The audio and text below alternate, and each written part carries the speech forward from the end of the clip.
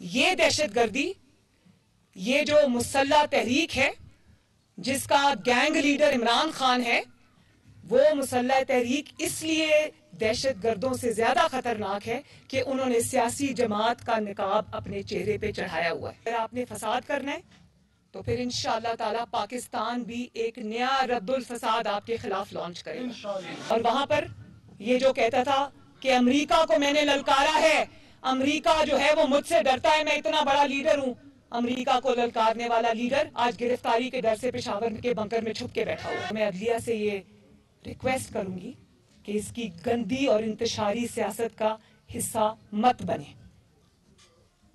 ये अदलिया के चंद जजेस को भी साकिब निसार बनाने का इरादा लेके निकला हुआ है। तो मैं ये कहना चाहती हूं कि जब लूटमार हो रही थी, जब अवाम का हक खाया जा रहा था, उस वक्त फराह गोगी ऑफिस होल्डर थी। अब जब जवाब देना पड़ा है तो पीछे छुप गए कि वो ऑफिस होल्डर नहीं थी। मरियम नवाज कौन सी ऑफिस होल्डर थी जिसको नैब ने पकड़ा? आज जो ये कहता है कि सारी काबीना जो है वो जमानत पे है, तो वो सारी काबीना इसलिए जमानत पे है कि इमरान खान तुमने झूठे मुकदमात में उन सबको इंतकाम के लिए अंदर कराया।